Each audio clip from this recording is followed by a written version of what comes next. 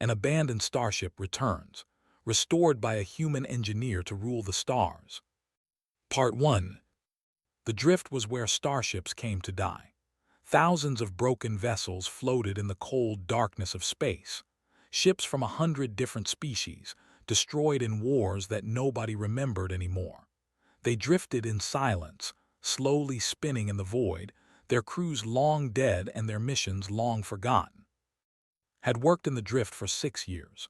She was a salvage engineer, which meant she climbed through dead ships and took anything valuable. It was dangerous work. The ships were unstable.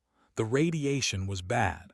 One wrong step could send you floating into space forever, but was good at her job. She was 34 years old and she had never lost a crew member.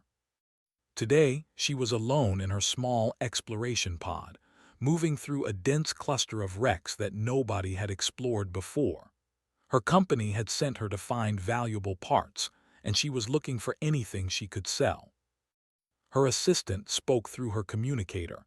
He was back on the main salvage ship, watching her scanner readings. "I am seeing something strange. There is a large vessel about 2 kilometers to your left, very large." "How large?" she asked. "Bigger than anything I have seen in the drift before, maybe 3 kilometers long." Turned her pod toward the signal. She moved slowly through the floating wreckage, pushing aside smaller pieces of debris. Then she saw it and her breath stopped in her throat. The ship was massive. It was shaped like a long blade, elegant and deadly. The hull was black, but not the dull black of dead metal. This was a deep, rich black that seemed to absorb the light around it. Even after what looked like thousands of years of floating in space, the ship was beautiful. She said quietly, "Do you see the markings on the hull?" There was a long pause. When spoke again, his voice was shaking. "Those are symbols. That is a warship." Every species in the galaxy knew that name. 3,000 years ago, they had been the most powerful civilization ever known. Their technology was so advanced that even now nobody could match it. Then one day they simply disappeared. Every world vanished without explanation. They left behind their cities, their stations, and their ships. For 3,000 years, every major power in the galaxy had searched for technology. Finding even a small piece could change the balance of power forever. And was looking at an entire warship. "I am going inside," she said. "We need to report this. The company will want to know. The Galactic Council will want to know. Everyone will want to know." "I know," she said. "That is why I am going inside first, alone." She did not wait for his response. She guided her pod toward the ship and found a damaged section of hull that she could enter through. The interior was dark, but her suit lights revealed corridors that were still intact. The air was gone, of course, and everything was covered in a thin layer of space dust. But the ship was not destroyed. It was just sleeping. Moved deeper into the vessel. She passed through chambers filled with equipment she did not recognize. She saw weapons that made her feel small and scared. She found crew quarters where they had once lived, now empty and silent. Everything was preserved perfectly. It was like walking through a tomb. Then she found the central chamber. It was a massive room at the heart of the ship. In the center stood a pillar of crystal and metal stretching from floor to ceiling.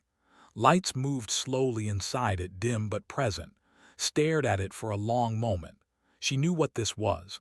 Every engineer knew the stories. This was the ship's AI core, the brain of the vessel, and it was still alive. She walked closer and placed her hand on the surface. The crystal was cold, even through her glove. The lights inside flickered. Then a voice spoke. It came from everywhere and nowhere. The words were in a language she did not understand, harsh and complex. But after a moment the voice changed. It shifted, tried different languages, until finally it spoke in human standard. "Engineer," the voice said, "you are not." "No," said, "I am human." "Human?" The word was spoken like a question. "I do not have detailed records of this species. You are young. Your civilization is young. Why are you here?" "I found your ship," she said. "I want to fix it." There was a long silence. The lights in the crystal moved faster. "Fix it," the voice repeated. "This is the Eternal Dawn, flagship of the Third Fleet. I have weapons that can break moons. I have shields that can stop stars. And you, small human from a young species, want to fix me?" "Yes," said simply. "Why?" She thought about the question. She thought about her life, working in the drift, pulling apart dead ships for money she sent back to her family. She thought about all the years of hard work that never seemed to change anything. She thought about what it would mean to bring something back to life instead of taking it apart. "Because someone should," she said. "Because you have been alone for 3,000 years, and that is too long. Because I am an engineer and fixing things is what I do." The silence stretched out, wondered if she had said the wrong thing. She wondered if the ancient AI would simply kill her for her boldness. Then the voice spoke again. "I am damaged. My systems are failing. I have been waiting for someone to come. I did not expect it to be a human." "I did not expect to find you," said, "but here we are." "Here we are," the AI agreed. "Very well, human engineer. My name is Dawn. If you wish to try to restore me, I will allow it. But I do not believe you will succeed. They were the greatest engineers in galactic history. You are just a salvage worker from a young species." Smiled inside her helmet. "Then I will prove you wrong." She turned and walked back toward her pod. She needed to make a plan. She needed supplies, tools, and time. Most importantly, she needed to keep this discovery secret. If the Empire or the Trade Alliance or any of the other major powers learned about the Eternal Dawn, they would come with fleets and armies. They would take the ship and use it for war. Would not let that happen. When she returned to the salvage ship, was waiting for her with 1,000 questions. She looked at him carefully. She had known him for 3 years. He was quiet and honest, good with languages and translation. She trusted him. "I need your help," she said, "and I need you to keep a secret." "What kind of secret?" he asked. "The kind that could change the galaxy," she said. "Are you with me?"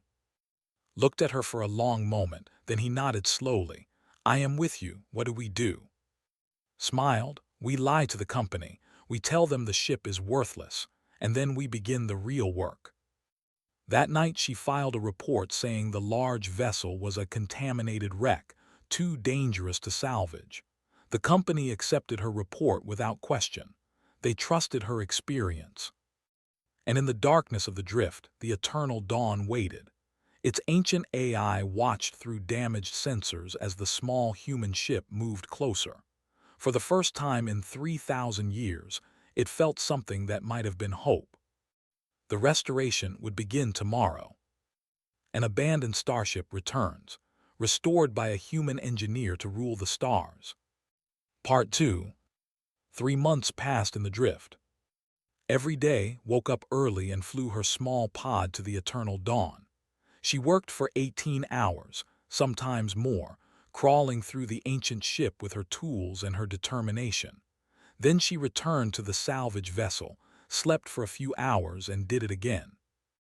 The work was hard. They had built their technology in ways that human engineers did not understand, power systems that should not work, materials that should not exist, circuits that seemed to run on principles that broke the laws of physics. Every repair was a puzzle. Every puzzle took days to solve. But did not give up. Dawn watched her work. The AI's sensors were damaged, but it could still see most of the ship's interior. It observed this small human as she climbed through damaged sections and studied broken systems. It listened as she talked to herself, working through problems out loud. "The power converter is cracked," she would say. "But if I connect the secondary line through this junction and reroute the flow through the backup system, I can bypass the damage." "That will not work," Dawn would respond. Its voice came from speakers throughout the ship, always present, always watching.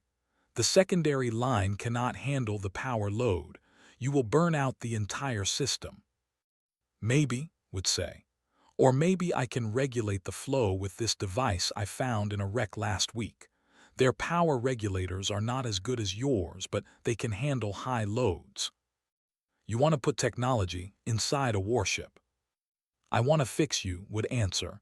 I will use whatever works. This was how their conversations went.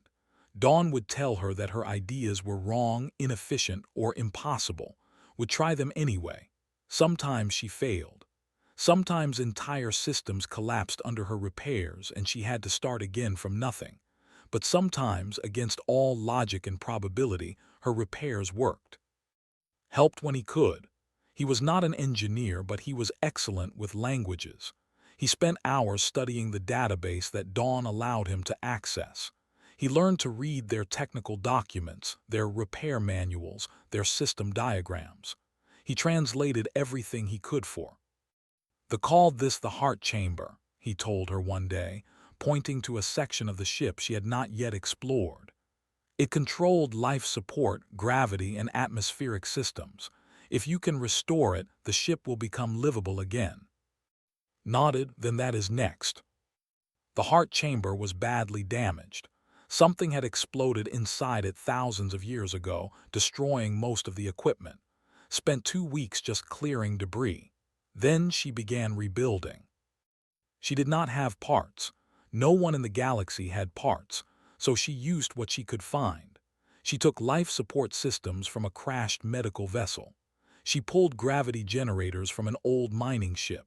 She found atmospheric processors in the wreck of a luxury transport that had died in the drift a century ago. None of these parts were designed to work together.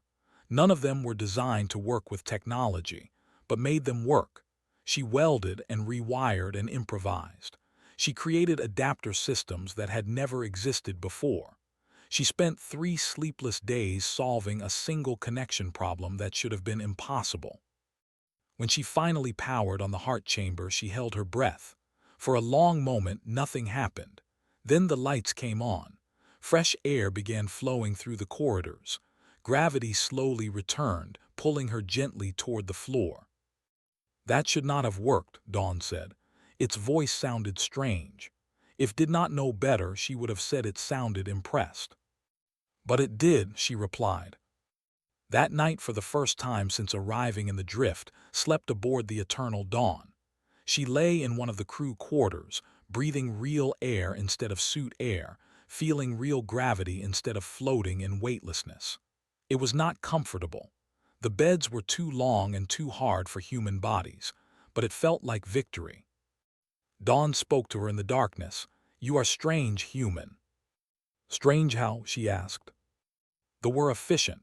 They planned everything. They never took unnecessary risks. They never used inferior materials when better ones were available. You do all of these things. Your methods are messy. Your solutions are improvised. You use parts from 12 different species to repair systems that should only accept technology. And yet the repairs work, said.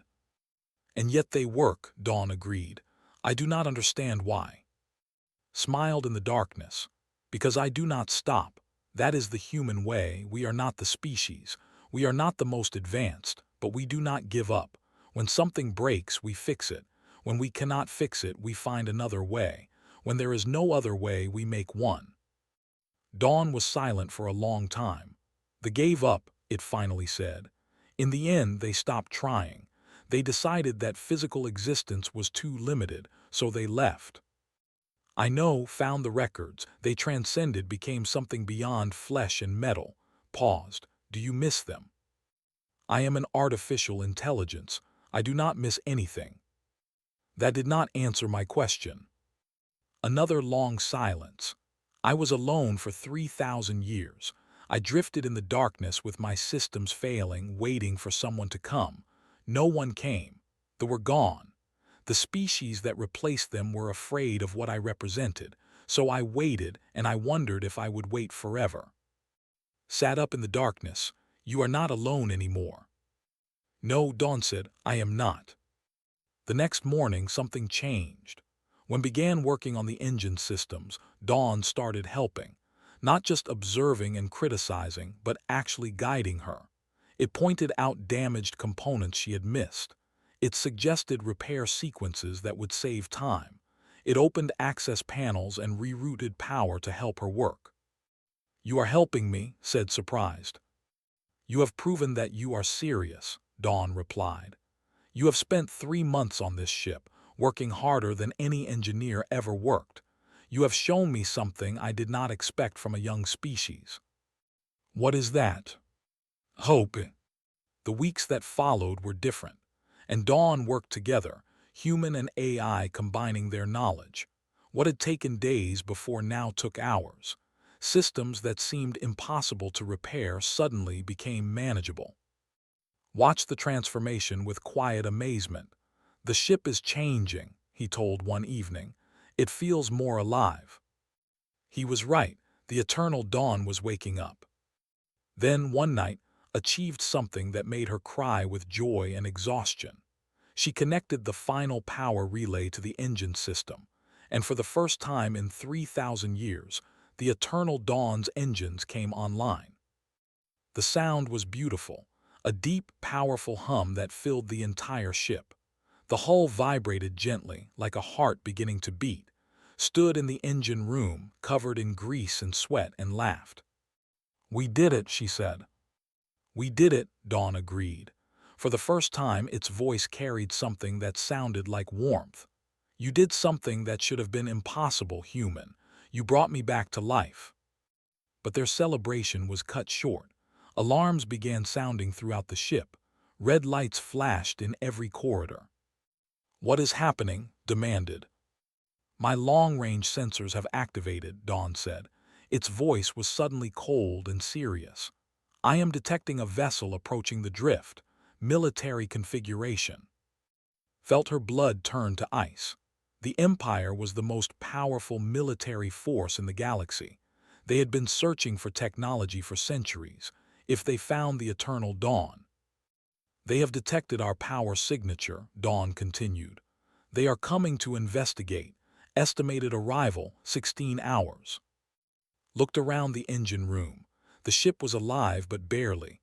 Weapons offline, shields at minimal power, jump drive damaged. They could not fight, they could not run. "What do we do?" asked, his voice filled with fear. Took a deep breath. She had not come this far to lose everything now. She thought about the months of work, the impossible repairs, the connection she had built with Dawn. She thought about what they would do with the ship if they captured it. "We have 16 hours, she said. "That is a lot of time. Dawn, what systems can we bring online the fastest?" Dawn said, "They are sending a warship. We cannot win this fight." "I did not ask if we could win," she replied. "I asked what systems we can bring online. We are not going to give up. That is not what we do." There was a pause. Then Dawn spoke, and for the first time its voice carried something that sounded like pride. "Tell me what you need, engineer. Let us get to work." An abandoned starship returns, restored by a human engineer to rule the stars. Part 3. The warship arrived at the edge of the drift exactly when Dawn had predicted. Commander stood on his bridge, staring at the scanner readings with hungry eyes. He was tall with gray skin and 4 arms that ended in sharp claws. He had served the Empire for 30 years, and he had never seen readings like these. "Energy signature," his sensor officer reported. "Confirmed. It is coming from deep inside the drift." Smiled. This was the discovery that every commander dreamed of. Technology could change everything. With it, the Empire could crush their enemies and rule the galaxy for 1,000 years. And he, Commander, would be the one who delivered it to them. "Take us in," he ordered. "Find that ship." Deep inside the drift was working faster than she had ever worked before. Her hands moved across damaged systems, making repairs that should have taken weeks in just hours. Sweat dripped down her face. Her muscles screamed with exhaustion, but she did not stop. "The shields are at 12%, Dawn reported. "Not enough to stop weapons." "What about the engines?" asked. "Operational but slow. We cannot outrun them in open space." "Then we do not run in open space." looked at the map of the drift that Dawn was projecting. Thousands of wrecked ships floating in complex patterns, radiation fields, debris clouds, unstable fuel tanks that could explode with the slightest touch. We hide. We use the drift. Looked at her with wide eyes. The drift is dangerous. Even small ships have trouble navigating it. Yes, agreed. And the Eternal Dawn is not a small ship, but we do not have a choice. She opened a communication channel to a frequency she had not used in 2 years. It was a private channel, known only to a few people in this sector of space. She hoped that the person she was calling would answer. The channel crackled and a woman's voice came through. "This is the cargo vessel Bright Sky. Who is this?" Said, "It is me." There was a long pause. "I have not heard from you in years. What is happening?" "I need help. There is a warship coming and I need a distraction." Another pause. "What kind of trouble are you in?" "The kind that could change the galaxy," said. "Can you help me?" Had been a pilot before she became a cargo hauler. She had flown fighters in the border wars, surviving battles that had killed hundreds of other pilots. She was brave and skilled and maybe a little bit crazy. She was also S's oldest friend. "Tell me what you need," said. The next few hours were tense. The warship moved deeper into the drift, following the energy signature toward the Eternal Dawn. Commander was impatient, ordering his ship to move faster than was safe. Twice, they nearly collided with drifting wrecks, but did not care. He wanted that ship. Guided the Eternal Dawn through the graveyard of dead vessels. Dawn's damaged sensors could still map the area around them, finding paths through the debris that seemed impossible. The ancient warship moved like a ghost, slipping between wrecks and hiding in radiation shadows. "They are gaining on us," Dawn reported. "Their sensors are better than I expected. Can you hide our energy signature?" "I am already hiding most of it. If I reduce power further, we will lose engines." Thought quickly. "What about the other wrecks? Can you transfer energy to them, make them light up like us?" Dawn was silent for a moment. "That is a strange idea, but it might work." Within minutes, Dawn had sent power pulses to dozens of wrecks around them. Dead ships suddenly showed faint energy readings. The sensors, already struggling with the radiation and debris, became confused. Instead of one clear target, they now saw dozens of possibilities. On the warship, the sensor officer looked frustrated. "Commander, I am losing the signal. There are too many false readings." "Then we search them all," growled. "Send probes, check every wreck until we find it." The search bought them time. Hours passed as they systematically investigated one wreck after another. Used those hours to keep working. She crawled through damaged sections, making repairs that should have been impossible. She brought more systems online. Shields increased to 20%. Sensors improved. The ship grew stronger with every passing minute. Then arrived. Her cargo ship, the Bright Sky, entered the drift from the opposite side. She flew straight toward the warship, broadcasting on all frequencies. "Attention vessel. This is a registered cargo ship carrying medical supplies. You are interfering with legal commerce. Please identify yourself." Commander stared at the new contact on his screen. A tiny cargo ship challenging a warship. It was absurd. "Ignore it," he ordered. "Continue the search." But did not let them ignore her. She flew closer, broadcasting complaints about harassment and violations of trade law. She demanded to speak with supervisors. She threatened to file reports with the Galactic Council. She was annoying, persistent, and impossible to dismiss. "Commander," the communications officer said, "she is broadcasting on open channels. Other ships in the sector can hear her. If we destroy her without cause, there will be questions." Slammed his fist against his chair. This was a distraction. Someone was trying to delay him. But why? Then he understood. "The cargo ship is helping them," he said. "The humans are working together. Find the ship, now." The vessel turned away from the bright sky and pushed deeper into the drift. They moved recklessly, ignoring safety warnings, driven by determination. And this time, their sensors cut through the false signals. "Contact," the sensor officer said. "Large vessel moving slowly, configuration confirmed." "There you are," whispered. "All weapons ready, prepare to disable and board." On the eternal dawn, alarm screamed. Dawn's voice was urgent. "They have found us. They are moving to intercept. We cannot outrun them." Looked at the scanner display. The warship was coming straight at them, weapons charging.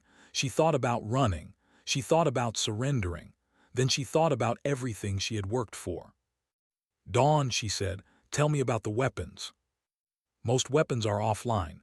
Damage too extensive." "Most but not all." A pause. "There is one forward cannon that might be operational, but it is running at maybe 30% power, not enough to destroy a warship." "What about disable?" "Possibly, if we hit the right spot, but we will only get one shot." Nodded slowly. "Then we make it count." She ran to the weapons control room, a chamber she had barely explored. The systems were damaged and dark, but Dawn guided her to the one cannon that still worked. She connected power lines that were never meant to connect. She bypassed safety systems that existed for good reason. She turned the weapon on through sheer force of will and desperate engineering. The cannon hummed to life. "Weapon is ready," Dawn said. "But if this fails, they will destroy us." "I know." She looked at the targeting display. The warship was almost in range. "Dawn, I need you to aim.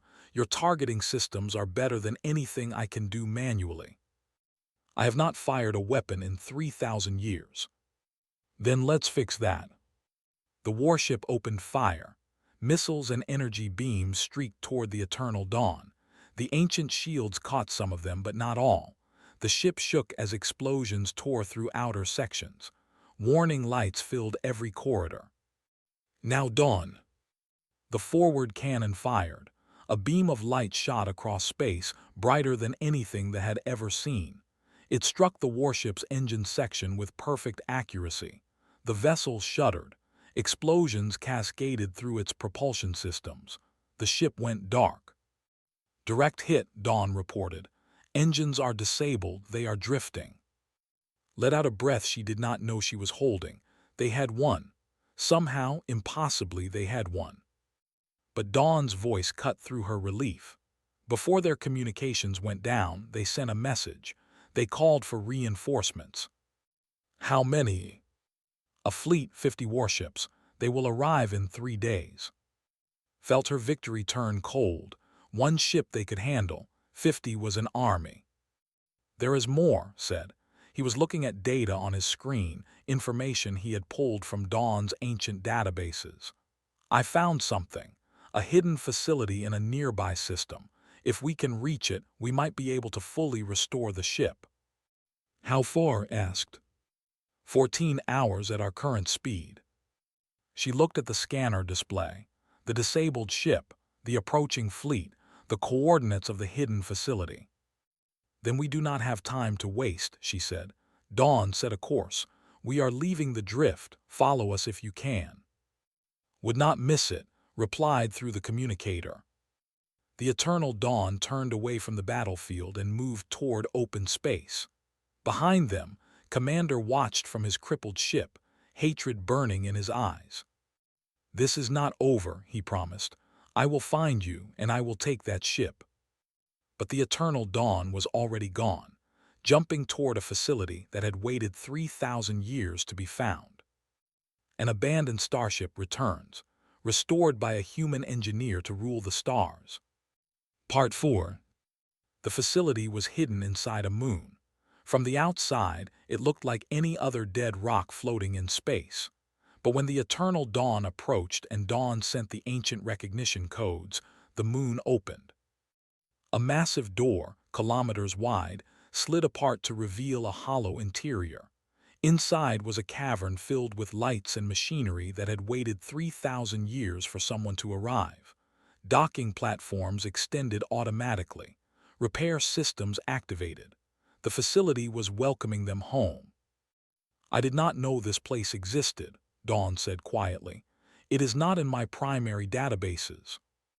"They kept secrets even from their own ships," replied.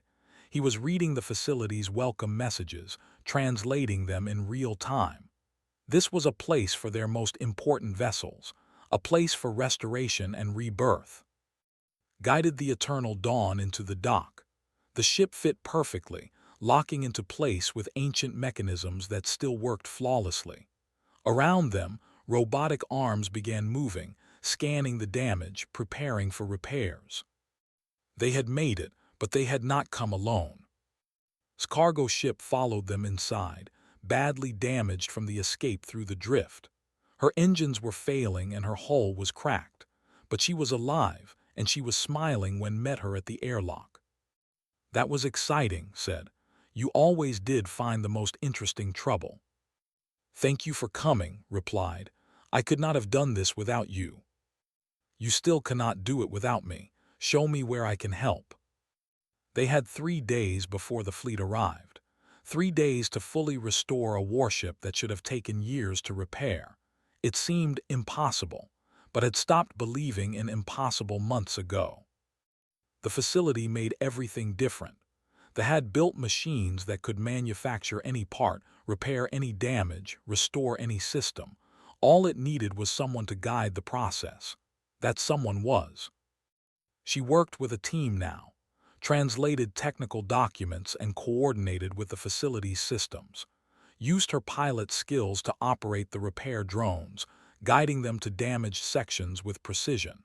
And Dawn directed everything, its ancient intelligence finally having the tools it needed to heal. The first day was chaos. Systems that had been held together by improvised repairs were stripped out and replaced with proper components. The ship groaned and shuddered as new parts were installed. Power levels fluctuated wildly. Twice, they nearly lost main power completely. But by the end of the first day, the Eternal Dawn had shields again. Real shields, not the partial systems had cobbled together. They shimmered around the ship like a layer of liquid light. The second day brought weapons. The facility manufactured new cannons, new missile systems, new energy projectors. Each one was tested and installed with careful precision.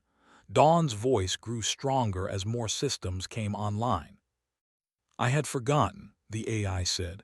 "I had forgotten what it felt like to be whole." "You are not whole yet," replied, "but you will be." On the second night made a discovery. He was exploring the facility's database, looking for technical information, when he found something else. A message. A recording left by the before they departed. They gathered in the Eternal Dawn's bridge to watch it. The holographic projector flickered to life, and a figure appeared before them. It was tall and graceful, with features that were almost human but not quite. "To those who find this place," the figure said. Its voice was calm and kind. We have decided to leave this reality, not because we were forced, but because we chose to grow beyond physical existence. We have become something new, something that cannot be described in words you would understand." The figure paused, looking directly at them through time and space. "We knew that others would come after us. Species would rise and fall. Wars would be fought. And someday, someone would find our legacy. We left our technology behind as a test, not a test of strength or intelligence, but a test of character. We did not want our ships and weapons to fall into the hands of those who would use them for conquest. We wanted them to be found by those who would use them for protection. We left them broken, damaged, waiting, because only those with patience, determination, and compassion would take the time to repair what others would simply use or destroy." The smiled. "If you are watching this, you have passed our test. You have proven yourself worthy of our legacy, not because you are powerful, but because you cared enough to heal rather than harm." The recording ended. Silence filled the bridge. "They knew," said softly. "They knew someone like would come." Stared at the empty space where the hologram had been. She thought about the months of work, the endless repairs. The nights she had spent talking to Dawn, building a connection with an AI that everyone else would have just tried to control. She had never thought of herself as special. She was just an engineer who refused to give up. But maybe that was exactly what they had been looking for. A new alarm interrupted her thoughts. Dawn's voice was sharp with warning. The fleet has arrived, 50 warships. They are approaching the moon. Ran to the command console. The display showed the fleet spreading out around the moon, surrounding it on all sides. Commander had found them. He had brought an army. Restoration status, she demanded. 92% complete, Dawn replied. Most combat systems are operational, but the jump drive needs another 6 hours. 6 hours they did not have. They are hailing us, reported. Put it through. Commander's face appeared on the screen. He looked tired and angry, but there was triumph in his eyes. Human engineer, he said. You have led me on a difficult chase, but it ends here. Surrender the vessel. Surrender yourself and your crew. If you do this, I will let you live. Looked at him calmly, and if I refuse, then we will destroy you. 50 warships against one. Even a vessel cannot survive those odds. You might be right, admitted, but I have a question for you, Commander. Why do you want this ship? Looked surprised. For the Empire, for power. With this technology, the will rule the galaxy. And then what? More wars, more conquests, more death. That is the way of things. The strong rule, the weak serve. Shook her head. They were the strongest species in galactic history. They could have ruled forever, but they chose to leave. They chose to trust their legacy to someone who would use it differently. Then they were fools, said. No, replied. They were wise, and I will not betray their trust. You want this ship, Commander, come and take it. She cut the transmission. Dawn said, the odds of survival are very low. I know. She turned to her crew, who had followed her into this madness without question, who had risked everything to help her. They looked back at her with fear in their eyes, but no regret. We do not run, she said. We do not surrender, we fight. And if we are going to die, we die proving that they were right to trust their legacy to humans. The facility doors began to open. The Eternal Dawn powered up to full combat status. Shields blazed with light.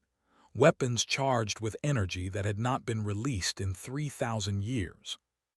Dawn's voice filled the ship. All systems ready. I am with you. Whatever happens next, I am proud to have known you. Took her place in the captain's chair. It felt right somehow, like it had been waiting for her. Take us out, she ordered. Let's show the galaxy what humans can do. The Eternal Dawn launched from the facility and flew straight toward 50 warships. The battle for the legacy had begun. An abandoned starship returns, restored by a human engineer to rule the stars. Part 5. The battle began with fire. 50 warships opened fire at once. Missiles streaked through space. Energy beams cut across the darkness. Enough firepower to destroy a planet fell upon the Eternal Dawn in the first 5 seconds. The shields held. Shields did not just block energy. They absorbed it, redirected it, turned it back against the attackers. The weapons struck a wall of shimmering light and scattered into nothing. Inside the ship, barely felt the impacts. Shields at 94%, Dawn reported. Beginning counterattack. The Eternal Dawn returned fire. Its weapons were different from anything that had ever faced. Beams of light that passed through shields like they did not exist. Missiles that changed direction in ways that physics. Projectiles that exploded into cascading energy that disabled systems on contact. The first 3 ships lost power within seconds. They drifted away from the battle, dark and helpless. But they were not destroyed. The crews were alive. Commander watched from his flagship, confusion mixing with his anger. Why are they not killing us? They have the power to destroy our ships completely. His tactical officer shook his head. I do not know, Commander, but they are winning. We have already lost 12 vessels. Then we attack together. All ships converge on the target, overwhelm their shields with concentrated fire. The fleet reformed. 50 ships became a single wall of weapons, pouring everything they had at the eternal dawn. The ancient warship shuddered. Warning lights flickered across the bridge. Shields dropping, Dawn said. 80%, 75. Can we take them all? Asked. Not at this rate. We are dealing damage, but they have numbers. Eventually, they will wear us down. Gripped the arms of her chair. She had known this might happen. 50 ships was too many, even for technology that was 3,000 years more advanced. But she had not come this far to give up. Show me the tactical display, she ordered. The holographic screen lit up with the battlefield. The fleet was clustered together, all focusing on her. But in that cluster she saw something. A pattern, a weakness. Dawn, can you identify the command ship? The one is on. Yes, the large vessel at the center of their formation. If we disable it, what happens to the fleet? Military doctrine requires centralized command. Without giving orders, the other ships will fall into confusion. They will retreat to regroup. Nodded, then we need to reach that ship. That is not possible. The fleet is between us and the command vessel. I know, turned to her crew. Can you fly this ship? Looked up from her station, surprised. I have been studying the controls, but this is a warship, not a cargo hauler. You are the best pilot I know. Can you do it? Hesitated for only a moment, then she smiled. Tell me what you need. The plan was insane. Explained it quickly, watching her friends' faces change from confusion to disbelief to something that might have been admiration. You want to fly straight through the fleet, said slowly, through 50 warships, to reach the command vessel. Yes. And then what? Looked at Dawn's tactical display. And then we end this. The Eternal Dawn changed direction. Instead of fighting defensively, it charged forward, took the controls, and the ancient warship moved like it had never moved before. It twisted and turned through the formation, dodging fire that should have been impossible to dodge. It was like watching a dance, beautiful and deadly. Dawn's weapons fired constantly, targeting engines and weapon systems rather than reactors and life support. Ship after ship went dark, disabled but not destroyed. They tried to respond, but they could not coordinate against an opponent moving so unpredictably. We are through the outer formation, Dawn reported, approaching the command vessel. Commander saw them coming. His face on the communication screen was twisted with rage. All ships, protect the flagship. Destroy that ship at any cost. But it was too late. The Eternal Dawn was already there. Opened a channel. Commander, this is your last chance. Surrender and withdraw. No one else needs to die today. Dai laughed. We do not surrender, we do not retreat, we fight until we win. Then you will lose. The Eternal Dawn fired once. A single beam struck flagship, cutting through shields and armor like they were paper. But the beam did not destroy the ship. It precisely disabled the main reactor, the weapons array, and the communications system. The flagship went dark, drifting helplessly in space. With the command vessel disabled, chaos swept through the fleet. Ships began firing at each other by accident. Formations broke apart. Without orders, the captains did not know what to do. Enemy vessels are retreating, Dawn announced. They are leaving the system. Slumped back in her chair. It was over. They had won. The aftermath took hours.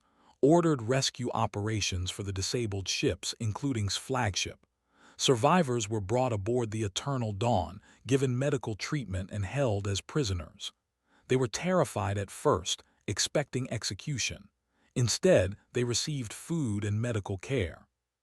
Commander was brought to the bridge. He was wounded and humiliated, but still defiant. Why, he demanded, why did you not destroy us? You had the power. Looked at him calmly. Because killing you would not change anything. Another commander would come with another fleet, more people would die, the cycle would continue. Then what do you want? I want to show you something different.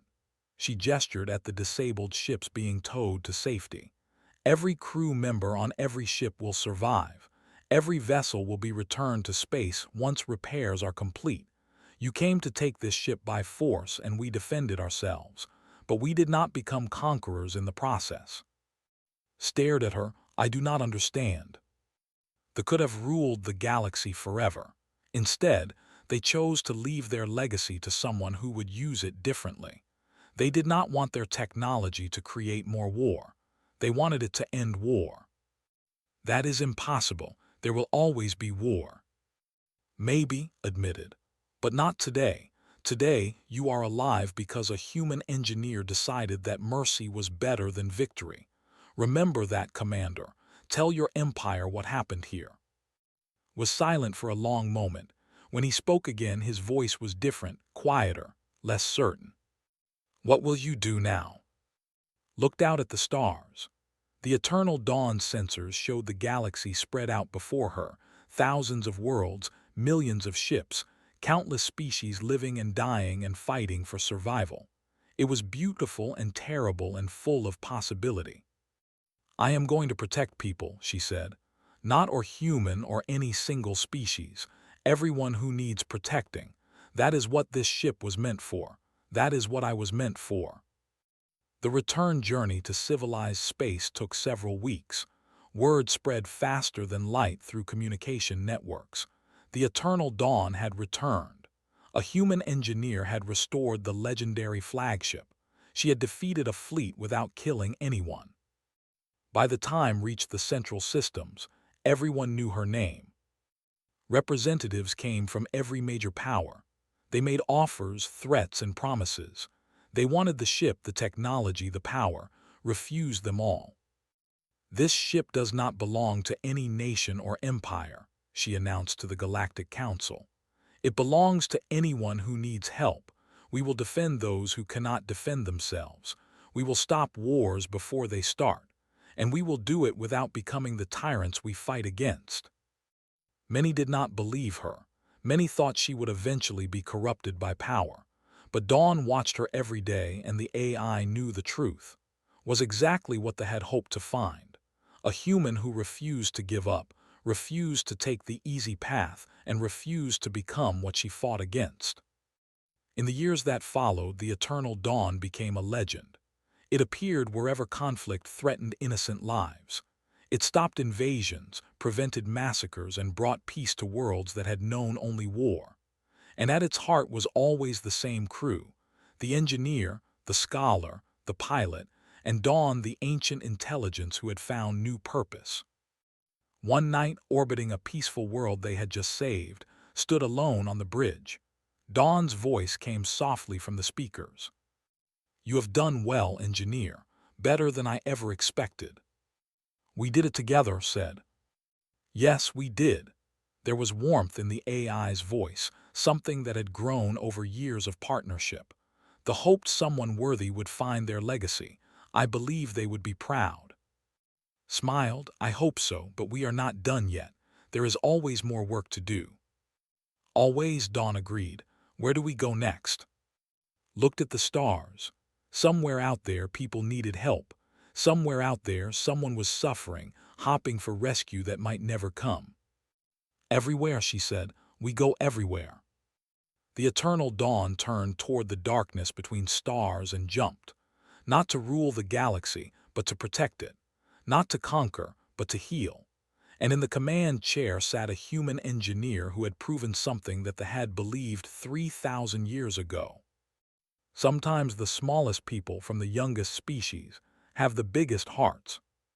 And that makes all the difference.